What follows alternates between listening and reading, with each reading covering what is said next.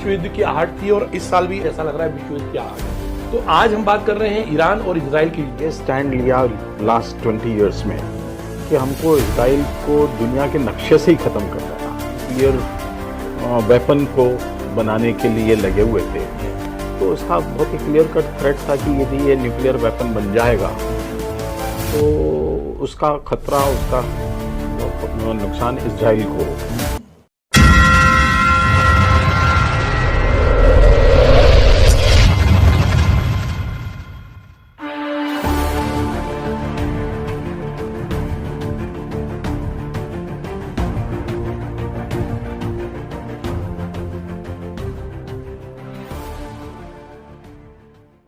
नमस्कार दोस्तों, आप देख रहे हैं द रियल स्टोरी और मैं हूं राजेंद्र शर्मा। पिछले एक साल अगर हम देखें तो 1919 और 1925 के जो साल है वही 2019 और 2025 के साल है, ऐसा कहा जा रहा है। तो उस समय भी विश्व युद्ध की आहट थी और इस साल भी ऐसा लग रहा है विश्व युद्ध की आहट है। ऐसा क्यों लग रहा है? क्योंकि जिस तरह से रशिया यूक्रेन में युद्ध हुआ, उसके बाद भारत को कुछ कदम उठाने पड़े पाकिस्तान के खिलाफ, उसके बाद इजराइल और हमास में हुआ और अब इजराइल और ईरान, मतलब मिडिल ईस्ट में अब युद्ध वहां तक आगे बढ़ गया है। तो आज हम बात कर रहे हैं ईरान और इजराइल के युद्ध की और इसको हम समझने की कोशिश करेंगे इसका पूरे वर्ल्ड में क्या इंपैक्ट है। हमारे साथ रिटायर्ड आईएएस अजातशत्रु श्रीवास्तव जी है। सर, आपका बहुत बहुत स्वागत है। जी नमस्कार राजन जी। आपको लगा कि इस मिडिल ईस्ट की तरफ जो है ये वर्ल्ड वॉर धीरे धीरे खसक रहा है और इसके बाद जो है ईरान और इजराइल के बाद एक बड़ा स्वरूप ले सकता है, क्योंकि ये है। लेकिन पहले हम इसकी बेसिक समझना पड़ेंगे ईरान के बारे में आपसे कि ईरान एक एज ए फ्री कंट्री था, जो वो कैसे फंडामेंटलिस्ट, कैसे जो है इस्लामिक कंट्री बन गया। आपने बहुत इंटरेस्टिंग क्वेश्चन पूछा है जी। ईरान दुनिया के जो प्राचीन सभ्यताएं हैं उनमें से एक देश है। यदि विश्व के जो महान सभ्यताएं रही हैं उसमें से एक ईरान भी रहा है जी। और ईरान में बड़ा प्रॉस्परस एंड था। एक आज से 2000 साल पहले उसका विश्व में बहुत बड़ा प्रभाव था जी।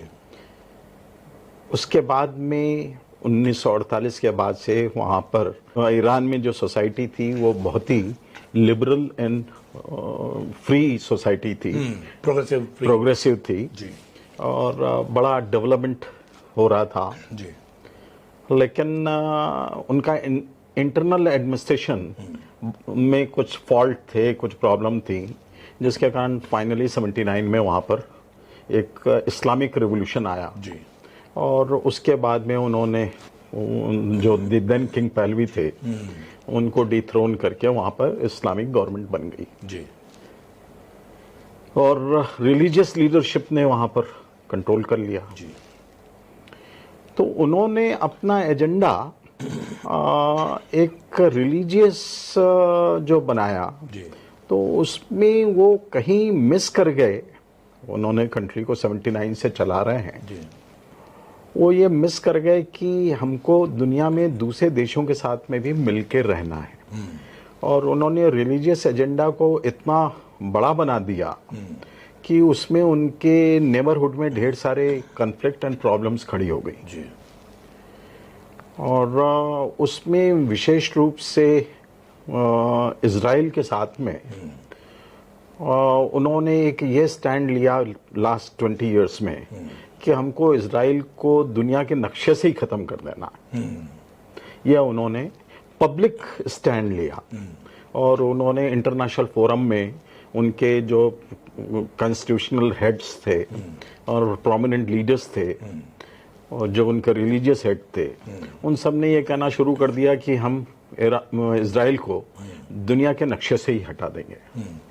और इजराइल के विरोध में उन्होंने ढेर सारी प्रॉक्सी वार शुरू करा दिए, जिसमें हमास को और हिजबुल्लाह को, हुतीज को उन्होंने फाइनेंस, ट्रेंड, आर्म्स, एम्यूनिशन सब देना शुरू कर दिया। तो मुझको ऐसा लगता है कि उनसे हर कंट्री के जो भी लीडर रहते हैं जी। उनका विजडम और उनके डिसीजन उस देश के विकास को, उसके देश के नागरिकों के हितों को बहुत अधिक पॉजिटिव या निगेटिव इम्पैक्ट करते हैं। हम जैसे अपने देश के संदर्भ में देख रहे हैं कि पिछले 10 साल में हमारे देश में बहुत सारी प्रगति और विकास हो रहा है, और वहाँ पर जो लीडरशिप थी ईरान की, उन्होंने जो आज ये कन्फ्लिक्ट हुआ है, ये कन्फ्लिक्ट वहाँ पर आके होना ही था, क्योंकि उन्होंने वो स्थिति ला दी थी कि इजराइल के अपने सर्वाइवल का प्रश्न आ गया जी। वो जब वो बार बार कह रहे हैं कि हम एक देश को नक्शे से ही मिटा देंगे, और उसी समय एट द सेम टाइम वो न्यूक्लियर वेपन को बनाने के लिए लगे हुए थे, तो उसका बहुत ही क्लियर कट थ्रेट था कि यदि ये न्यूक्लियर वेपन बन जाएगा तो उसका खतरा, उसका नुकसान इजराइल को होगा। आप ये देखिए, ईरान और इजराइल की कहीं कोई बॉर्डर नहीं मिलता, करीब 2400 किलोमीटर का डिस्टेंस है बिल्कुल दो देशों के बीच में, और इन दोनों देशों के बीच में जॉर्डन एंड इराक आते हैं जी। उसके बाद में भी दो देशों के बीच में युद्ध हो रहा, यानी उनके डायरेक्ट कोई बॉर्डर के या ज्योग्राफिकल कॉन्फ्लिक्ट नहीं है। तो क्या इसके पीछे यही कारण है कि इजराइल गैर इस्लामिक है? स्टैंड तो उन्होंने वही लिया फिलिस्तीनियों के पक्ष में जी। फिलिस्तीनियों के संदर्भ में आप ये देखिए कि हिस्ट्री कैसा टर्न लेती है, 360 डिग्री पे घूमती है। जब 1948 में यूएनओ ने इजराइल को क्रिएट किया जी, यूएनओ के रेजोल्यूशन से ये इजराइल बना जी, और उस 11 मेंबर की जो कमेटी थी उसमें ईरान भी था जी, जिसने फाइनल किया था। ईरान ने उस समय तो विरोध किया था, लेकिन बाद में 48 से 79 तक ईरान और इजराइल के संबंध बहुत क्लोज रहे। अच्छा, बहुत ही नजदीकी संबंध रहे, और दोनों देश एक दूसरे के साथ में इवन इंटेलिजेंस शेयरिंग भी कर रहे थे। ओके, ईरान और इजराइल। फिर अचानक ऐसा क्या हुआ? 79 के बाद में जब इस्लामिक रेवोल्यूशन आया, उसके बाद में भी जब इराक और ईरान का वार हुआ 1980 से 1988 तक जी, तो इजराइल ने ईरान को सपोर्ट किया। $500 मिलियन से अधिक के ईरान को वेपन दिए इजराइल ने, और उस वार में ईरान और इजराइल सामने तो एक, यानी खुल के तो इजराइल नहीं था, लेकिन बैक सपोर्ट इजराइल पूरा ईरान को कर रहा था इराक के अगेंस्ट में। और 1948 से 73 तक जिन देशों ने इजराइल के साथ में डायरेक्ट वार किया, जिसमें जॉर्डन था, सीरिया था, इजिप्ट था, ये सारे देश आज ये देखें यू टर्न में सब मोर और लेस इजराइल के साथ हुए हैं। राइट बिल्कुल। और जो देश 48 में जिसका इजराइल के साथ में संबंध था, आज दोनों एक दूसरे के अगेंस्ट में, यानी यहां तक खड़े हैं कि दो में से कोई एक देश बचेगा, ऐसी स्थिति खड़ी हो गई। तो क्या ये गाजा पट्टी पर इतने साल से जो इजराइल का और उनका वॉर चल रहा था, और अब जो हमास के खिलाफ जो इजराइल का एक्शन है, उसको लेकर ये सब परिवर्तन हुए? ये ज्यादा मुझको समझ में आता है कि रिलीजियस से ज्यादा ईरान का वेस्ट एशिया में प्रभुत्व का प्रदर्शन करना था। जब तक सऊदी अरब, जॉर्डन, इजिप्ट फिलिस्तीनियों को सपोर्ट कर रहे थे, तब तक ईरान वहां पर दूर था। और ग्रेजुअली अब्राहम अकॉर्ड के बाद से जब ये सारे अरब कंट्रीज मोर और लेस इजराइल के अगेंस्ट में साइलेंट हो गए, या इन्होंने उनके साथ में, जैसे टर्की ने, इजिप्ट ने एग्रीमेंट कर लिया, तो ईरान ने वहां पर अपना प्रभुत्व के लिए फिलिस्तीनियों को सपोर्ट करना शुरू कर दिया। और तब तक ही इनका जो मेन ईरान फिलिस्तीनियों के साथ में खड़ा हुआ 1990 के बाद से, और फिर उसने उनके प्रॉक्सी वार शुरू करा दी हिजबुल्लाह और हमास के साथ में।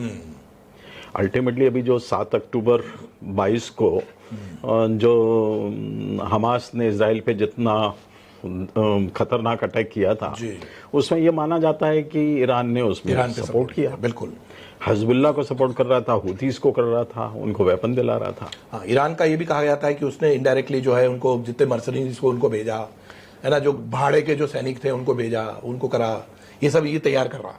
तो उस स्थिति में ये मुझको ऐसा लगता है कि ये लीडरशिप के डिसीजन का मिस्टेक है। सबसे पहले लीडर्स को अपने देश के नागरिकों के हितों को देखना चाहिए, उनके वेलफेयर को देखना चाहिए, अपने कंट्री का इंफ्रास्ट्रक्चर को इम्प्रूव करने के लिए देखना चाहिए जी।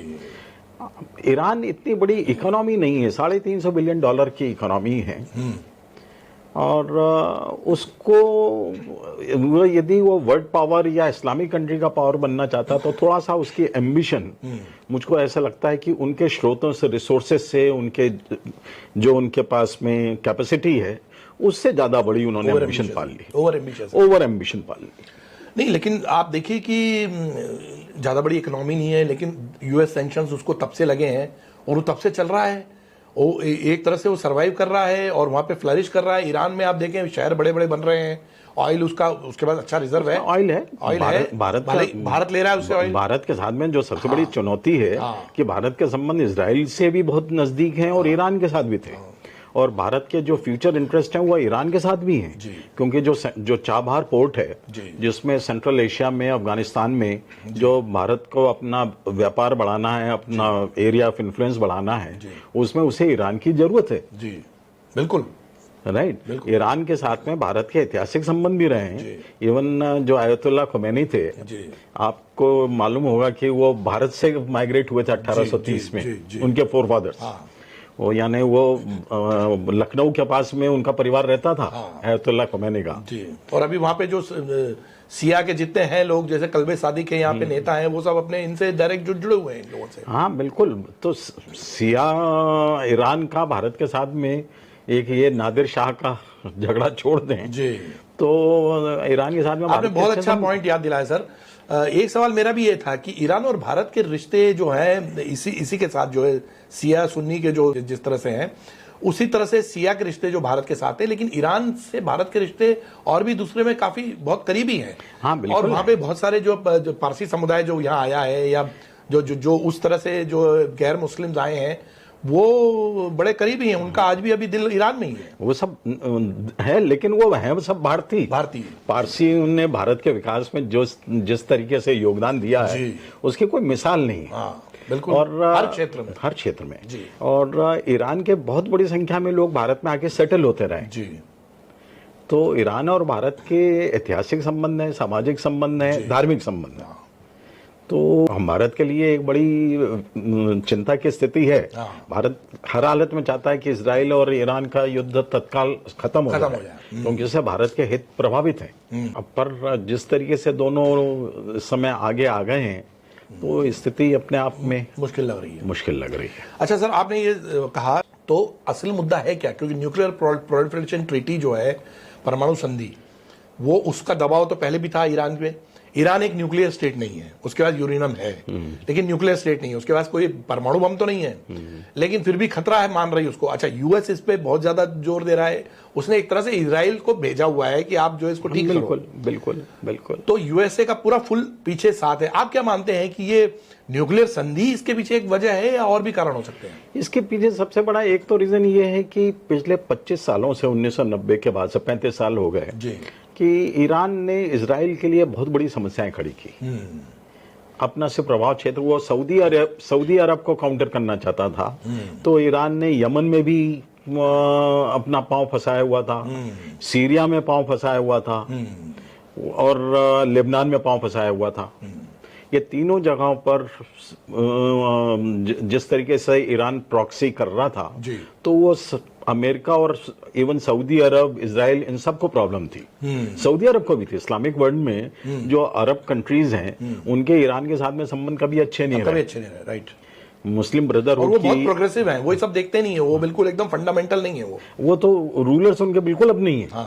वो तो सब अपने यहाँ, उनको समझ में आ चुका है कि धर्म के आधार पर देश नहीं चलेगा।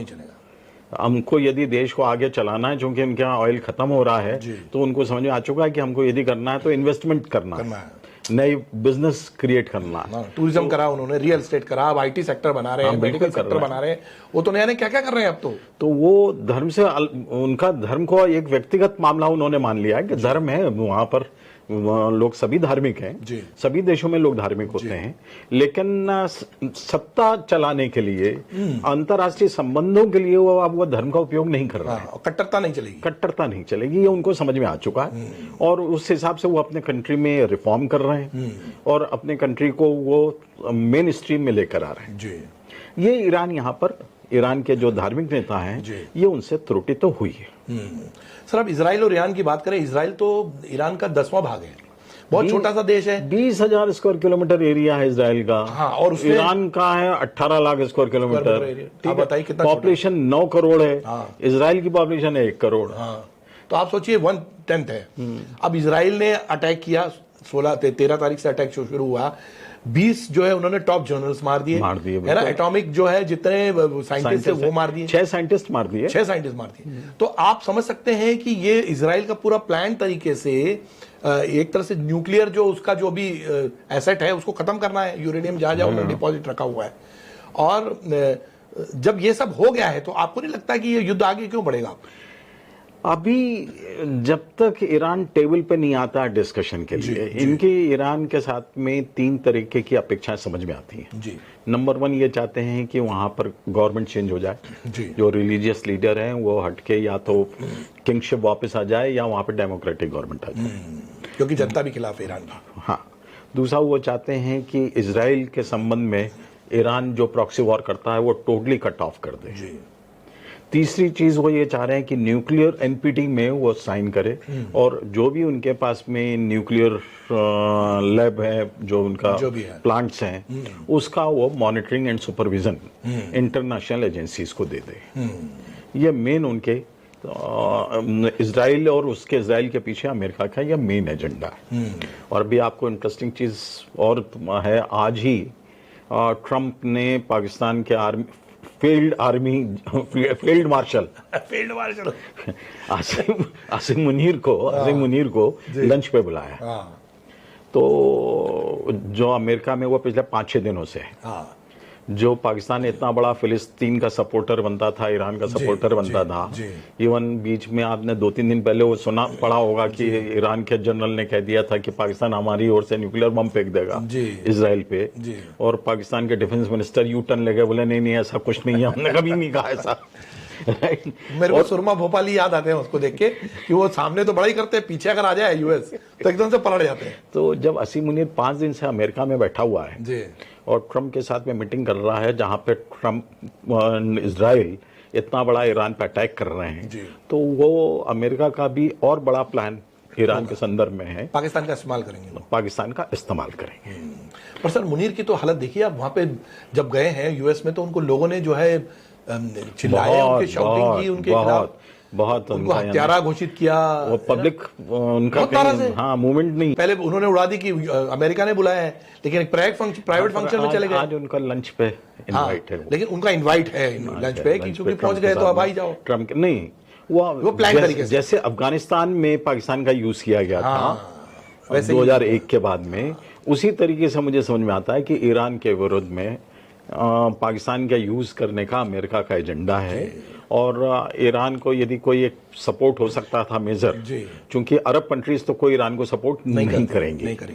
जिसने इजराइल के प्लेन और ये सब जा रहे हैं, ये सारे अरब कंट्रीज के ऊपर से होते हुए ईरान पे जा रहे हैं, और कोई उनके एयर स्पेस के वायलेशन का कोई कंप्लेंट नहीं कर रहा। सर बड़ा खूबसूरत चित्र भी आया है, वो एक किसी दुबई प्लेन से जो है वो किसी ने फोटो लिया है कि दोनों तरफ से मिसाइलें आ रही हैं, और बड़ा खूबसूरत चित्र है। तो बड़ा डरावना, बड़ा भयानक, क्योंकि जो मंजर जहां मिसाइल गिरी होगी वहां की हालत खराब होगी, लेकिन ऐसे आकाश में आतिशबाजी लगती है।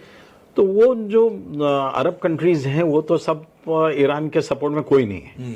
इनको बस एक ही अमेरिका को हो सकता है, ये एजेंट उनको रहा होगा, इंफॉर्मेशन रही होगी कि कहीं पाकिस्तान अपना कुछ वेपन्स या कुछ सपोर्ट ईरान को ना करे। दूसरी चीज की अमेरिका को एक ईरान के संबंध में जो एयर बेस सपोर्ट चाहिए होगा, उसके लिए वो पाकिस्तान का यूज करना चाहते। बिल्कुल, ये तो पाकिस्तान ने अभी ईरान के साथ में अपने सारे बॉर्डर्स भी क्लोज कर दिए। उनके 5 जगह पर चेक पोस्ट थे, वो 5 उन्होंने बंद कर दिए ईरान के संबंध में।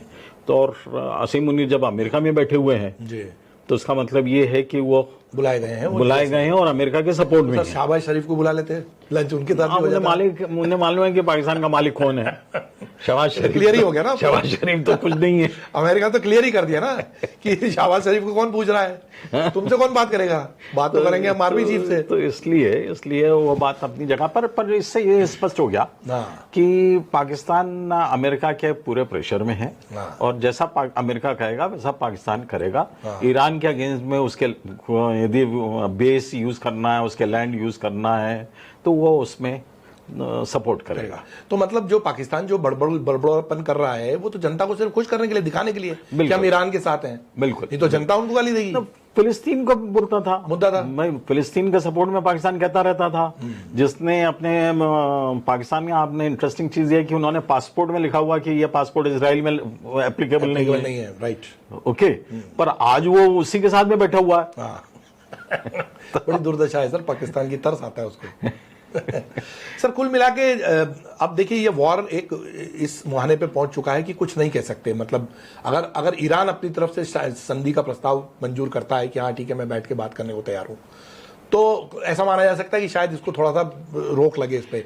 लेकिन दोनों तरफ से आपको लगता है कि अमेरिका डायरेक्ट उसमें जंप करेगा? आज खamenei ने फिर एक ट्वीट किया जी जी, जो उन्होंने 4-4:30 बजे उनका ट्वीट आया जी, जिसमें उन्होंने ये कहा है कि यदि अमेरिका ने कहीं इजराइल का सपोर्ट किया और हमारे अगेंस्ट में कोई एक्शन लिया, हाँ, तो हम वो उस तरीके की स्थिति निर्मित कर देंगे कि हर कोई पछताएगा। हाँ, तो इनडायरेक्टली धमकी है। इनडायरेक्टली धमकी है। तो अभी तो नहीं लग रहा है कि ईरान किसी प्रकार के कोई मीटिंग के लिए या कोई डिस्कशन के लिए तैयार है, बशर्ते कि वहां पे जो ईरान के रेवोल्यूशनरी गार्ड है IRG, वो उसमें कहीं रिवोल्ट हो जाए रिलीजियस लीडरशिप। वो तो बिल्कुल डेडिकेटेड हैं, वो तो इनके साथ ही अभी तो है कट्टरपंथियों के। लेकिन यदि उनमें यानी कल क्या हो जाए नहीं कह सकते। यदि उन्होंने कहीं रिवोल्ट कर दिया, कू कर दिया, तो स्थिति में कुछ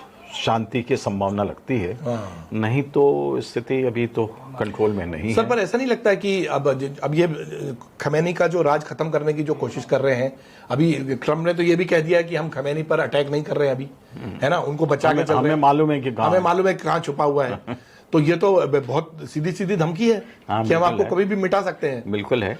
तो जब खमेनी पर जब अटैक नहीं कर रहे हैं और रिजीम चेंज की बात हो रही है, जनता पूरी खिलाफ है कट्टरपंथियों के, लोग सड़कों पे इनके कट्टरपंथियों के खिलाफ तरह तरह के बैनर पोस्टर लेके और सोशल मीडिया में आ रहे हैं कि खमेनी का अंत हो, ये कट्टरपंथी का अंत हो, ये तो बिल्कुल खुल के आ गए हैं। बिल्कुल है। तो अमेरिका को नहीं लगता कि ये रिजीम चेंज करना ही इसका एक कारण बन जाएगा और वो वहां पे फिर इंटरनल डिस्टर्बेंस भी हो सकता है, गृह युद्ध हो सकता है? बिल्कुल होगा। यदि इस तरीके से सत्ता बिना लोकल सपोर्ट के यदि चेंज होगी जी, तो वैसे ही सिविल वार होगा जैसे इराक में हुआ, जैसा सीरिया में हो रहा है, जैसा लीबिया में हुआ, लेबनान में हुआ।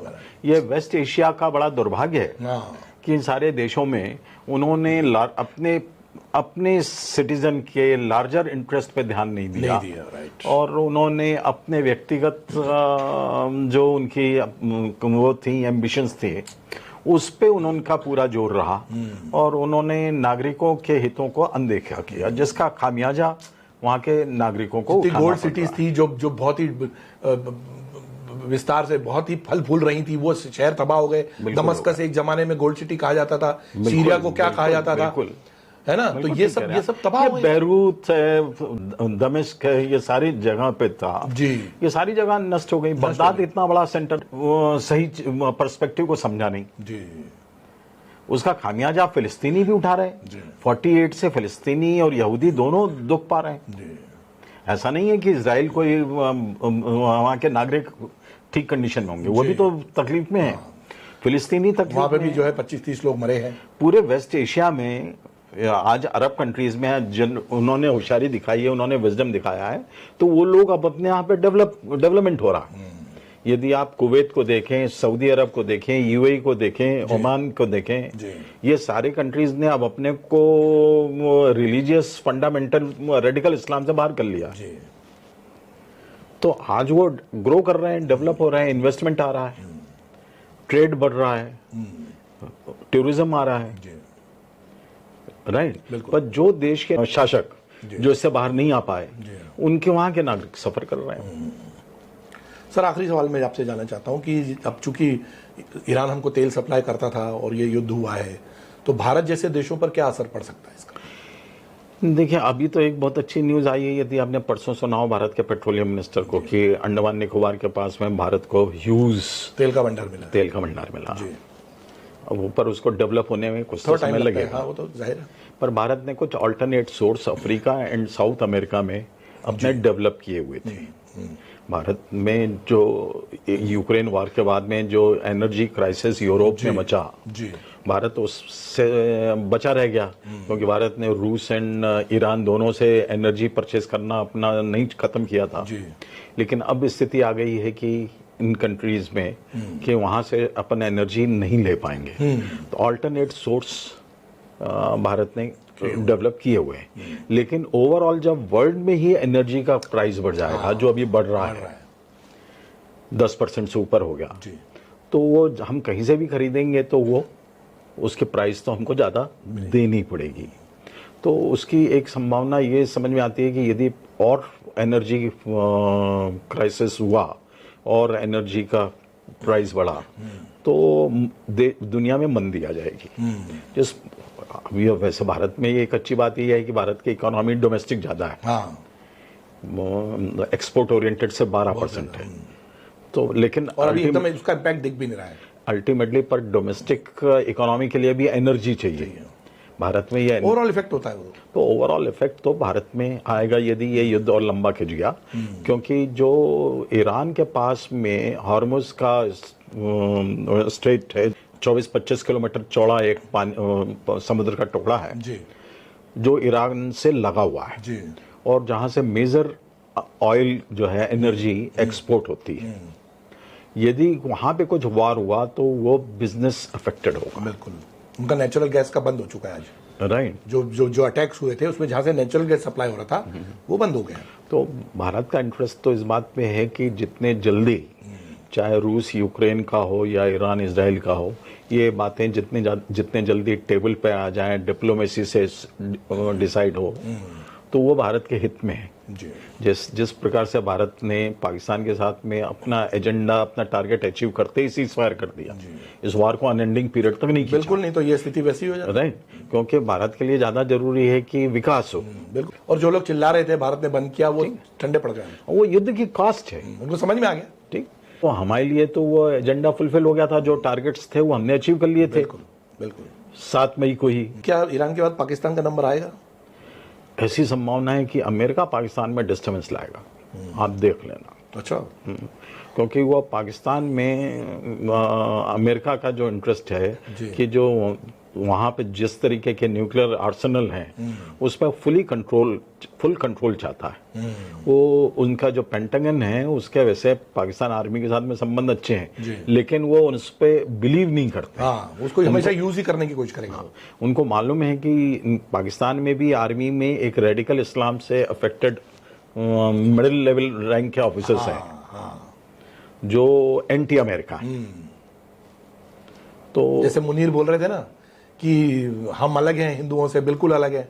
अभी इसमें पता चल गया कितने अलग हैं, ये आपस में भी अलग हैं। आपस में भी अलग। तो अमेरिका जानता है, तो अमेरिका जब ये पता है तो उसको एक बेस की तरह यूज करेगा, स्टूज की तरह यूज करेगा, कंट्रोल में रहे वो। तो इसलिए पर पाकिस्तान में वो कुछ ना कुछ डिस्टर्बेंस करेगा। अल्टीमेटली पाकिस्तान का खुद का तो कर्जों से लदा हुआ देश है, दबा हुआ देश है कर्जों से। उसकी इकोनॉमी में जब तक वर्ल्ड बैंक, आईडीबी और एशियन डेवलपमेंट बैंक ये सब जब तक सपोर्ट नहीं करते हैं तब तक पाकिस्तान के दाल रोटी का इंतजाम नहीं है, बजट ही नहीं पास हो सकता। तो सर, हमसे बात करने के लिए बहुत बहुत धन्यवाद। तो दोस्तों, आपने देखा कि ईरान और इजराइल का युद्ध अभी उस स्थिति में पहुंच गया है कि आज की तारीख में यह नहीं कहा जा सकता कि दोनों देशों के बीच में संधि हो सकती है या युद्ध विराम हो सकता है। तो सीज फायर के लिए जो जो शर्तें अमेरिका ने रखी हैं उसमें टाइम लगेगा। भारत पर इसका असर पड़ने वाला है, जरूर पड़ेगा। इस मुद्दे पर अगर आपके कोई विचार हो, आपकी कोई बात आप रखना चाहते हो तो कमेंट बॉक्स में जरूर रखिए। हम जल्द ही ईरान और भारत के संबंधों पर भी एक नई जानकारी आपके साथ शेयर करेंगे। हमारे साथ बने रहने के लिए आपका बहुत बहुत धन्यवाद। जय हिंद।